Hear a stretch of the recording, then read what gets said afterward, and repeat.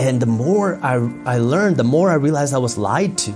We're taught to go to school, to get a degree, to get a job, so we can then get a job and climb the corporate ladder. But wealthy people don't do that. What is the big thing that you wish everyone knew about money before they started making it?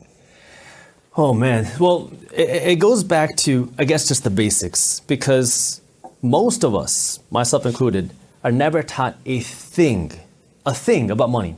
We're told, go to school, get a degree, get a job, and all you figure it out. Right. And then what happens for the majority of people is you end up broke, you end up struggling financially, and you can never figure out why.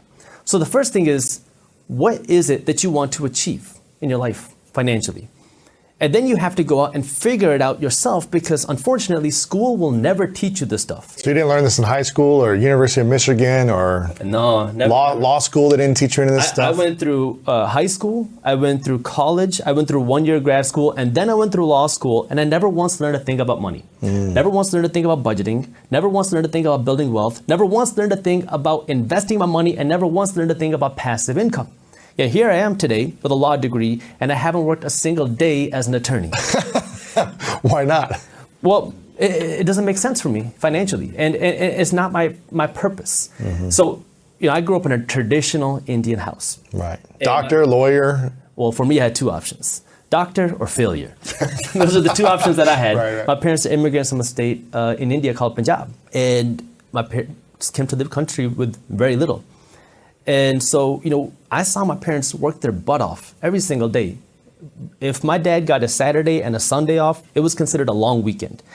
And so I didn't get to spend a lot of time with my parents growing up. And they would always tell me that, you have to go out and become successful. And I completely agreed, because I wanted to give back to my parents. I wanted to help support them. And I figured, okay, if I want to become successful, I should follow the steps that we're told to become successful. What are those steps? Go to school, get a good degree, get a good job. For me, in my case, it was become a doctor. And along that way, it was in college, I realized that something's wrong. Something's not adding up. And it actually happened. I was studying to get into medical school. And as I was studying, I started reading other business books and financial books. And I remember this. I was in the library studying, and I went onto Google, and I searched the richest people in America. And you see people like Steve Jobs, Warren Buffett, Bill Gates, Mark Zuckerberg.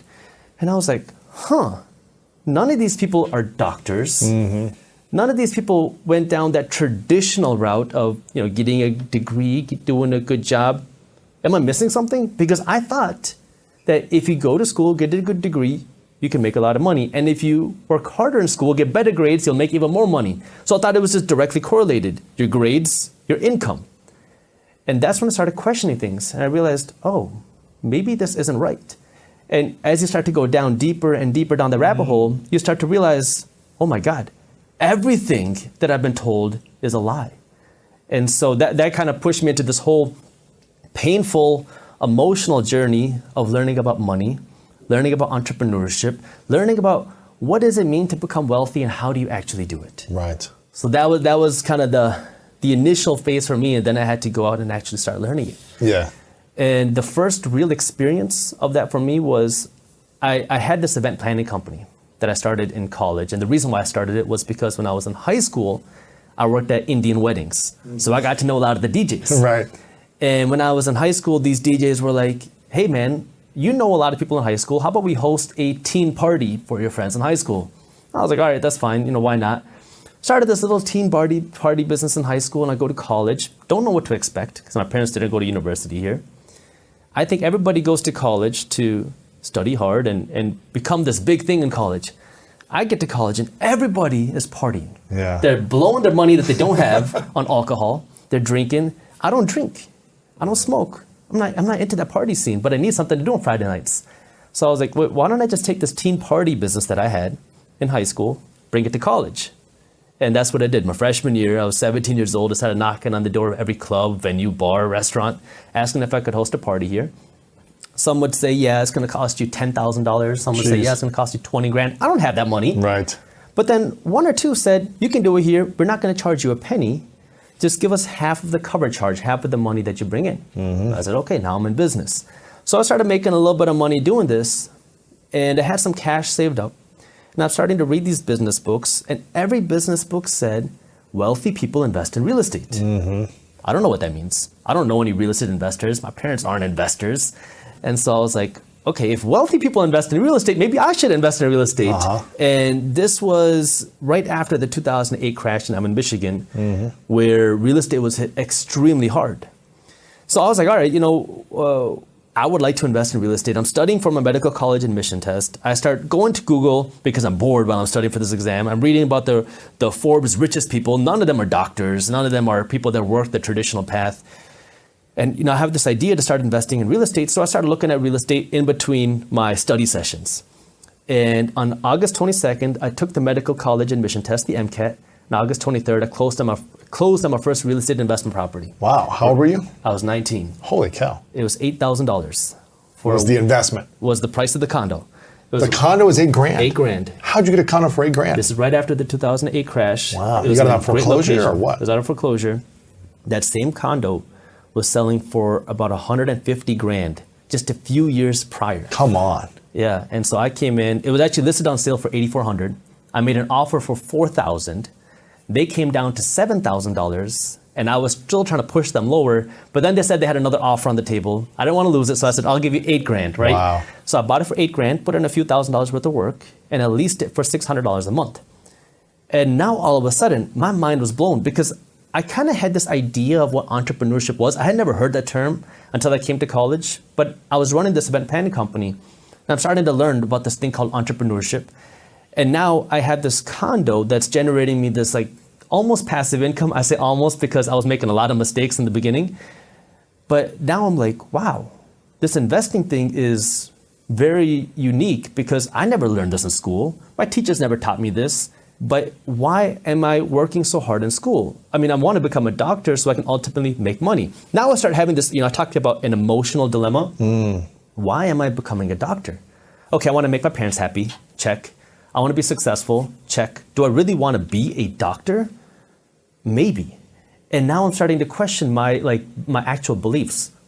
Because if I become a doctor, how do you make money? You treat people. I kind of have this entrepreneurial mind. I want to become successful. How do you make more money? You treat more people. So it's like, this kind of runs into a dilemma because if I'm trying to maximize my income as a doctor, I got to maximize how many patients I see. Maybe that means I don't get to give the best value to each individual patient. But as a human, I want to provide the most value possible. So I start to kind of face this dilemma where maybe I'm becoming a doctor for the wrong reasons. Interesting. And then I run this idea by my parents. I don't want to be a doctor. And they're like, absolutely not. My dad was angry. My mom was furious. It took my mom about 1.5 years to believe that her son was not going to be a doctor. oh man. And when I say it was tough, like my parents would tell all their friends, Jasper's not going to become a doctor. Oh wow, you're not becoming one. I'm not going to become one. Now I'm getting calls from my family in India. I'm getting calls from my family across the states. What are you doing? You're a disgrace to your family. Exactly. I hear that again and again and again.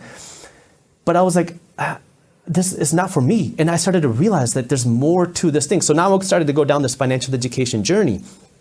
And the more I learned, the more I realized I was lied to.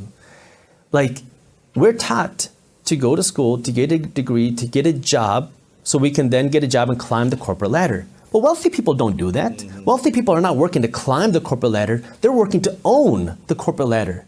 I didn't even realize that you could do that.